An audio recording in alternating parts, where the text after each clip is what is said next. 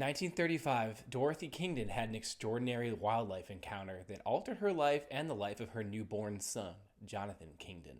At the time of this encounter, Dorothy and her family were living in the town of Tabora in Tanganyika when it was still a British colony. And it being Africa, one of the neighbors had taken in a stray leopard cub, which they'd affectionately named Nippy. So at the time of Dorothy's pregnancy, Nippy was about 3/4 grown. It would go out hunting out in the African savannah, but it would still stay and rest at the neighbor's house in between its hunts. Something interesting happened. During Dorothy's pregnancy, Nippy took an interest in her, and the two of them developed a really strong bond, possibly because Nippy recognized that Dorothy was pregnant. So the big day came, and Dorothy gave birth to her son Jonathan, and shortly thereafter, Nippy came into the room and walked up to baby Jonathan as Dorothy looked on, and Nippy licked this newborn child from head to toe all over as if it was her own cub. Jonathan Kingdon is now in his 80s, and he's gone on to become a respected zoologist and an expert on African wildlife and a champion of conservation there. But his relationship with wildlife in Africa seems to have started with this baptism that Nippy gave him right after he was born in 1935.